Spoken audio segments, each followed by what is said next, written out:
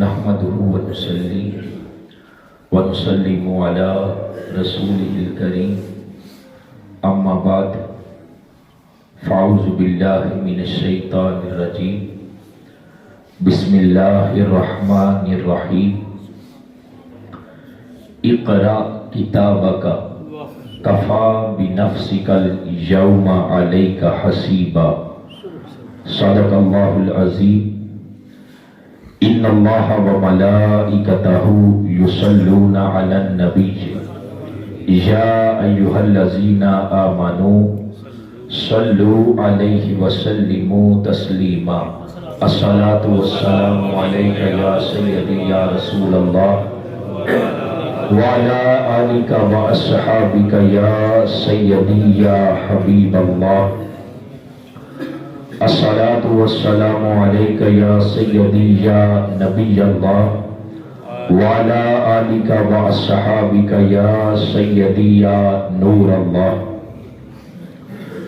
اللہ رب العزت کی حمد و ثنا اور آقا کریم علیہ الصلاۃ والسلام کی بارگاہ میں درود و سلام کا نذرانہ پیش کرنے کے بعد میرے واجب الاحترام بزرگوں، دوستوں، عزیز ساتھیوں، اللہ رب العزت کے خاص فضل اور اس کی خاص توفیق سے اللہ تعالیٰ کے پاک گھر مسجد میں میں اور آپ، محترم صابر صاحب، محترم وارث صاحب، ان کی والدہ مرحومہ اور محترم ذیشان نمبردار صاحب، ان کی دادی جان مرحومہ کے ختم کل کے موقع پر جمع ہیں۔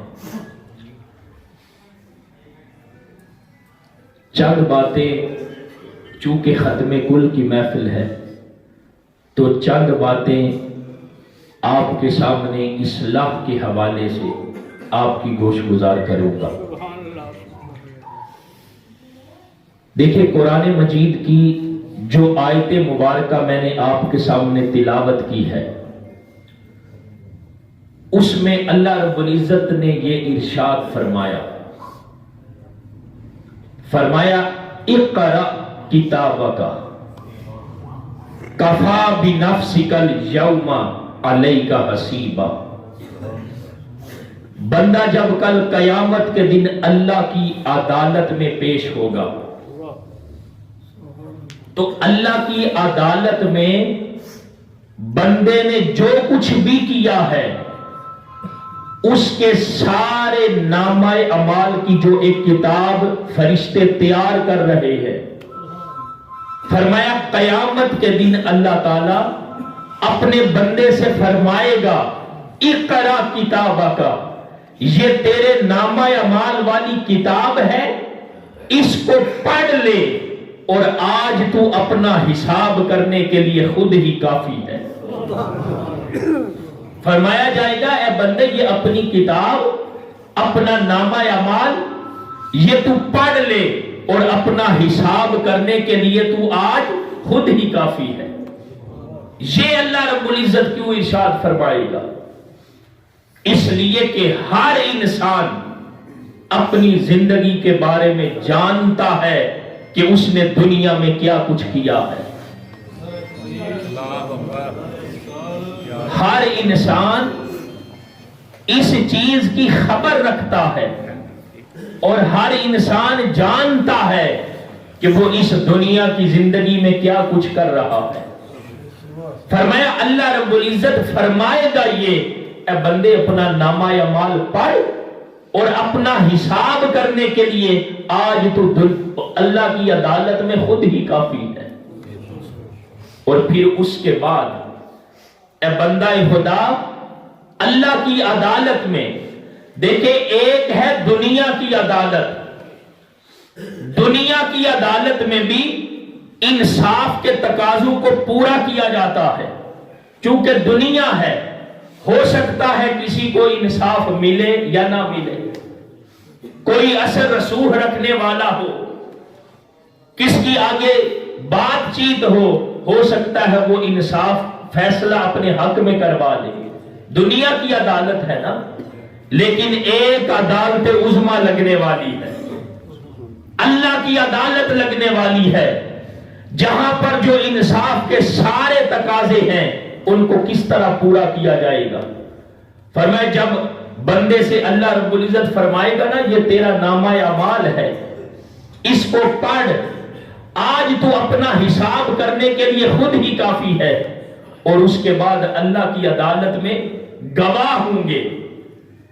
سب سے پہلے نمبر پر گواہ کیا ہوگا؟ قرآن مجید میں بھی فرمایا یومئذ تحدث اخبارہا، اس دن یہ جو زمین ہے، یہ زمین، فرمایا اللہ کی عدالت میں یہ زمین گواہی دے گی۔ یہ زمین جو ہمارے خوبصورت گھروں کو اپنے سر پہ اٹھائے ہوئے ہے، یہ زمین اللہ کی نعمت جس پر سر سبز و شاداب باغات نظر آتے ہیں، یہ زمین جس پر کچھ لوگ بڑا اکڑ کے چلتے ہیں، یہ زمین جس پر کچھ لوگ بڑی عاجزی اور انکساری سے چلتے ہیں، فرمایا یہ جو زمین ہے، یہ زمین قیامت کے دن اللہ کی عدالت میں اللہ کے بندوں کے بارے میں گواہی دے گی۔ وہ زمین کا حصہ، وہ زمین کا ٹکڑا، اے بندہ خدا، جو اللہ کی بارگاہ میں جب تو اس کی عدالت میں پیش ہوگا تو زمین کے جس حصے پر تو نے اس کی نافرمانی کی ہے، زمین کے جس ٹکڑے پر تو نے گناہ کا ارتکاب کیا ہوگا، فرمایا وہ زمین کا ٹکڑا اللہ کی عدالت میں گواہی دے گا کہ بندے نے میرے اوپر یہ کام کیا ہے۔ یہ پہلا گواہ کون سا ہے؟ زمین۔ اے بندہ خدا، یہ زمین اللہ کی بہت بڑی نعمت ہے جس پر تیری زندگی کا نظام چل رہا ہے، لیکن اس دھرتی پر، اس مادر گیتی پر، اس روئے زمین پر اللہ کی نافرمانی کرنے سے پہلے کئی بار سوچ لینا کہ جب تو اس کی زمین پر اس کی نافرمانی کرے گا تو وہ زمین کا حصہ اللہ کی عدالت میں تیرے بارے میں گواہی دینے والا ہے۔ پہلا گواہ ہے زمین، اور دوسرا گواہ میرے آقا علیہ السلام نے حدیث مبارکہ کے اندر فرمایا ما من یوم من ایام الدنیا الا یقول بلسانہ انا یوم جدید وانا علی ما تعمل فی شہید۔ فرمایا ہر دن جب سورج طلوع ہوتا ہے تو ہر دن یہ اعلان کرتا ہے، ہر دن یہ اعلان کرتا ہے کہ اے ابن آدم، اس دن کو تو جو کچھ بھی کرے گا میں کل اللہ کی عدالت میں تیرے کیے درے پر گواہی دوں گا۔ یعنی یہ جو ہماری زندگی کے شب و روز گزر رہے ہیں، دن اور رات کی صورت میں جو ہمارے لمحات زندگی کے انمول گزر رہے ہیں، اے بندہ خدا، اس دن اور رات میں تو جو کچھ بھی کرے گا، فرمایا وہ دن اور رات اللہ کی عدالت میں گواہی دیں گے۔ تو اے بندہ خدا، تیری زندگی میں جب یہ صبح کا سویرا طلوع ہوتا ہے تو اس دن کو اللہ کی نعمت سمجھ، اور اس دن میں اپنے رب کی نافرمانی نہ کر، اس لیے کہ تو جو کچھ بھی کرے گا تیرے سارے کیے درے پر، اگر تو نیک اعمال کرے گا تو تیرے نیک اعمال پر وہ دن اللہ کی بارگاہ میں گواہی دے گا، اگر تو کالے کرتوت گناہوں کا ارتکاب کرے گا تو فرمایا وہ دن تیرے گناہوں کے بارے میں اللہ کی عدالت میں گواہی دے گا۔ تو اے بندہ خدا، یہ جو شب و روز ہے نا تیری زندگی کے، یہ جو دن اور رات آتے ہیں نا ہر روز، اس دن اور رات کو اللہ کی نافرمانی کرنے سے پہلے کئی بار سوچ لینا کہ جب اللہ کی نافرمانی کرے گا تو یہ دن اور رات اللہ کی عدالت میں گواہی دیں گے۔ پہلا گواہ کون سا ہے؟ زمین۔ دوسرا گواہ یہ جو دن نکلتا ہے، اور تیسرا گواہ قرآن مجید کے اندر سورہ یاسین جو ہر روز ہم برکت کے لیے تلاوت کرتے ہیں، اپنے دن کا آغاز اللہ کے کلام سے کرتے ہیں، وہ سورہ یاسین جس میں اللہ رب العزت نے فرمایا کہ یہ جو الیوم نختم علی افواہہم وتکلمنا ایدیہم وتشہد ارجلہم بما کانوا یکسبون، فرمایا آج کے دن، یعنی وہ جو عدالت عظمیٰ والا دن لگنے والا ہے، وہ قیامت کا دن، فرمایا آج کے دن یہ جو بندے کا منہ ہے نا جس کے ذریعے سے بولتا ہے، فرمایا اس منہ کو آج کے دن ہم بند کر دیں گے۔ تو پھر اللہ کی عدالت میں بولے گا کیا؟ فرمایا یہ جو بندے کے ہاتھ اور پاؤں ہیں یہ اللہ کی عدالت میں گواہی دیں گے۔ یہ جو انسان کے ہاتھ اور پاؤں ہیں، انسان کے منہ کو تو بند کر دیا جائے گا، اس پر مہر کر دی جائے گی، اے بندہ خدا یہ جو تیرے ہاتھ اور پاؤں ہیں یہ اس کی عدالت میں گواہی دیں گے۔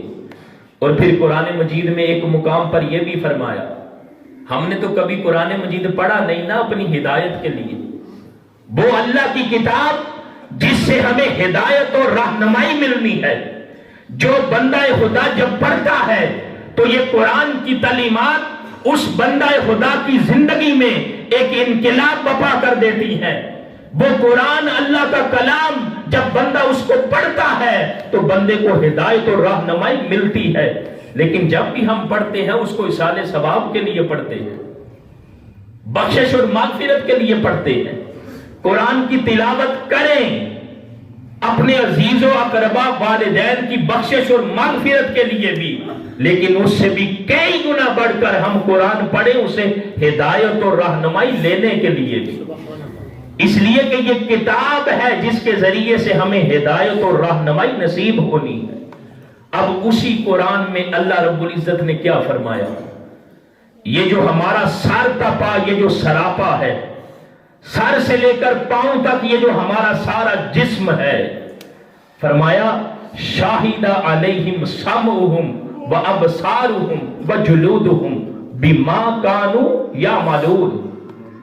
علیہم سمعہم، یہ جو کان ہے نا ہمارے جن کے ذریعے سے ہم سنتے ہیں، فرمایا یہ بندے کی سماعت اللہ کی عدالت میں گواہی دے گی۔ وَأَبْصَارُهُمْ، اس کی جو آنکھیں ہیں جن کے ذریعے دیکھتا ہے، فرمایا یہ آنکھیں اللہ کی عدالت میں گواہی دیں گی۔ وَجُلُودُهُمْ، جلودہم یہ جو جلد ہے، یہ جو ہمارا چمڑا ہے نا، یہ جو جلد ہے، فرمایا یہ چمڑا ماس اللہ کی عدالت میں گواہی دے گا۔ اس دن بندہ بول تو نہیں سکے گا، لیکن یہ سارے جسمانی اعضاء جن کے ذریعے سے بندے نے جو جو کچھ بھی کیا ہے، وہ جسمانی اعضاء اللہ کی عدالت میں گواہی دیں گے۔ اب اللہ کی عدالت میں یہ سارا کچھ اللہ رب العزت نے قرآن میں اپنے مقدس کلام میں بیان کیا ہے کہ جب بندہ دیکھے گا اللہ کی عدالت میں یہ ہاتھ میرا ہے اور میرے خلاف گواہی دے رہا ہے، پاؤں میرے ہیں میرے خلاف گواہی دے رہے ہیں، یہ جسم سر تپا دنیا میں میری مرضی سے چلتا تھا، آج یہی میرے خلاف اللہ کی عدالت میں گواہی دے رہے ہیں۔ تو بندہ اپنے جسم سے مخاطب ہوگا اور کہے گا کہ دنیا میں تو بولتا نہیں تھا، آج اللہ کی عدالت میں تو ہمارے خلاف گواہی دے رہا ہے۔ آگے اللہ رب العزت نے اس جواب کو اپنے مقدس کلام نے کس طرح بیان کیا؟ فرمایا قالوا لجلودہم لما شہدتم علینا، یہ جلد انسان کا چمڑا خود سے کہے گا کہ تو میرے خلاف گواہی دی ہے، کیوں دی ہے؟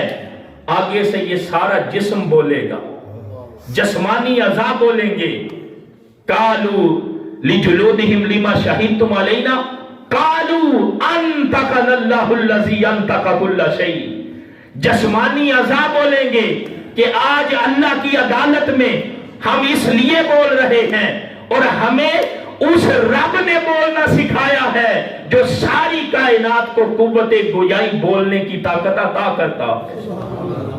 فرمایا آج اس رب نے ہمیں بولنے کی قوت اور طاقت عطا کی ہے۔ تو دوستان محترم، یہ جو انسان کا جسم ہے، انسان کی جلد ہے، انسان کا چمڑا ہے، یہ اللہ کی عدالت میں گواہی دیں گے۔ 3 گواہ میں نے آپ کے سامنے عرض کیے ہیں۔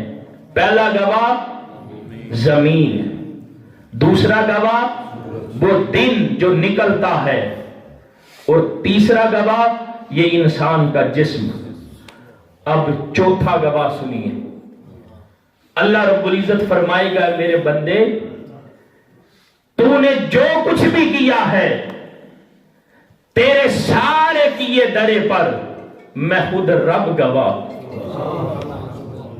اے بندہ خدا، اس رب کی زمین پر جس نے تیری زندگی کے نظام کو چلانے کے لیے تجھے طرح طرح کی نعمتیں عطا کی ہیں، شب و روز کی نعمت عطا کی ہے، اس روئے زمین پر اپنے رب کی نافرمانی کرنے سے پہلے 1000 بار سوچ لینا، ورنہ تو جو کچھ بھی کرنے والا ہے ہر کیے درے پر اللہ کی عدالت میں گواہیاں تیرے لیے تیار کی جا رہی ہے۔ جس زمین پر خدا کی نافرمانی کرے گا وہ زمین گواہی دینے والی ہے، جس دن اور رات میں رب کی نافرمانی کرے گا وہ اللہ کی عدالت میں گواہی دینے والے ہیں۔ اور پھر رب جو احکم الحاکمین ہے، جو علیم بذات الصدور ہے، جو انسان کے دلوں کے رازوں کو بھی جاننے والا ہے، وہ فرمائے گا بندے تیرے سارے کیے درے پر میں رب خود گواہ۔ تو پھر اے انسان ذرا سوچ تو صحیح، اللہ کی عدالت میں، عدالت عظمیٰ میں اگر تو اللہ کے حضور شرمندگی سے اور ندامت سے بچنا چاہتا ہے تو پھر آج تیرے لیے وقت ہے کہ آج تو اپنی زندگی کی ترجیحات کو بدل لے، آج تو اپنی زندگی کے معاملات کو بدل لے اور حسن معاملات کو اپنا کر اللہ اور اس کے محبوب علیہ السلام کے جو احکامات ہیں، جو تعلیمات ہیں، ان کو اپنانے والا بن جا، ورنہ یہ ساری چیزیں اللہ کی عدالت میں گواہی دیں گی۔ اور پھر قرآن مجید میں اسی منظر کو ایک مقام پر دیکھیں کس طرح بیان کیا، فرمائے جو گناہگار ہوں گے نا، جو مجرم ہوں گے، فَتَرَ الْمُجْرِمِينَ مُشْفِقِينَ مِمَّا فِيهِ وَيَقُولُونَ یا ویلتنا ما لہذا الکتاب لا یغادر صغیرۃ ولا کبیرۃ الا احصاها ووجدوا ما عملوا حاضرا ولا یظلم ربک احدا۔ فرمائے یہ جو مجرم ہے نا، جب اپنا نامہ اعمال دیکھیں گے نا تو اپنے کیے درے کو دیکھ کر یہ اس سے ڈریں گے۔ اور ڈریں گے کیوں؟ اس لیے کہ دیکھیں گے کہ جو ہم نے چھپ کے کیا تھا، جو لوگوں کی نگاہوں سے چھپ کے ہم نے جو کچھ کیا تھا، کوئی ہمیں دیکھ نہیں رہا تھا، وہ بھی سارا کچھ آج اس کے اندر درج ہے۔ فرمایا جب وہ سارا کچھ دیکھیں گے تو ڈر جائیں گے۔ کوئی چھوٹا کیا، کوئی بڑا کیا، جس طرح کی بھی نافرمانی کی ہے، فرمایا وہ سارا کچھ اس کے نامہ اعمال میں درج ہوگا۔ اور آگے دیکھیں کیا فرمایا، وَلَا يَظْلِمُ رَبُّكَ أَحَدًا، جو تیرا رب ہے وہ کسی کے اوپر ظلم نہیں کرے گا۔ اب بندے تو نے جو کچھ بھی کیا ہے یہ سارا تیرا اپنا کیا درا ہے، اور اس کیے درے پر تو اللہ کی عدالت میں پیش ہوگا، اور یہ ساری چیزیں اس کی عدالت میں گواہی دیں گی۔ اور وہ عدالت عظمیٰ ہے، وہ دنیا کی عدالت نہیں ہوگی کہ جہاں پر مجرم ہوگا تو اثر رسوخ کی وجہ سے چھوٹ جائے گا۔ فرمایا نہ، وہ عدالت عظمیٰ ہے جہاں پر کوئی چیز نہیں چل سکتی۔ اس کی عدالت میں، عدالت عظمیٰ میں ہر ایک کو انصاف ملے گا۔ ان ہاتھوں کے ساتھ اگر آج تیرے پاس طاقت اور قوت ہے تو ان ہاتھوں کے ساتھ کسی مظلوم پر ظلم نہ کرنا،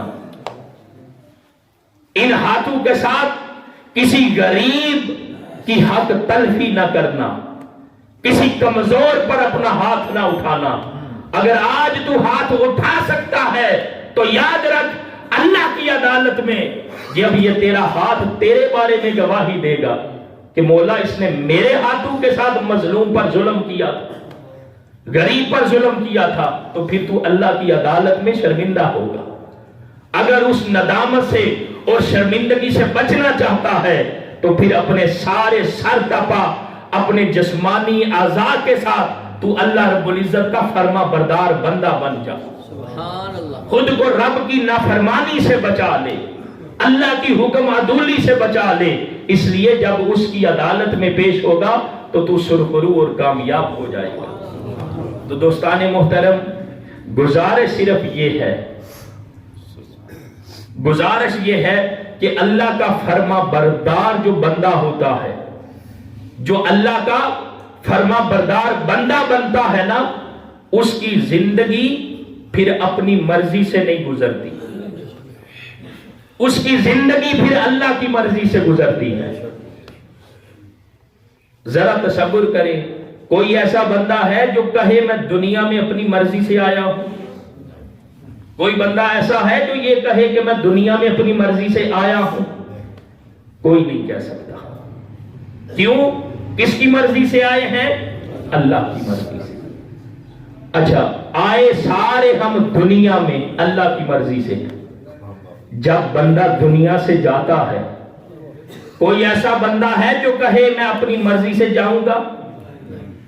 یہ موت تو ایسی چیز ہے جسے ہر ایک ڈرتا ہے، کوئی بوڑھا بھی ہونا۔ یہ دنیا ایسی میٹھی ہے، اس کو چھوڑنے کو کسی کا دل نہیں کرتا، لیکن جب موت کی گاڑی آئے گی، اس میں سوار ہو کر آخرت کی طرف جانا پڑے گا، تو بندے جب تو دنیا سے جائے گا بھی نا، اپنی مرضی سے نہیں جائے گا۔ کس کی مرضی سے جائے گا؟ اللہ کی مرضی سے۔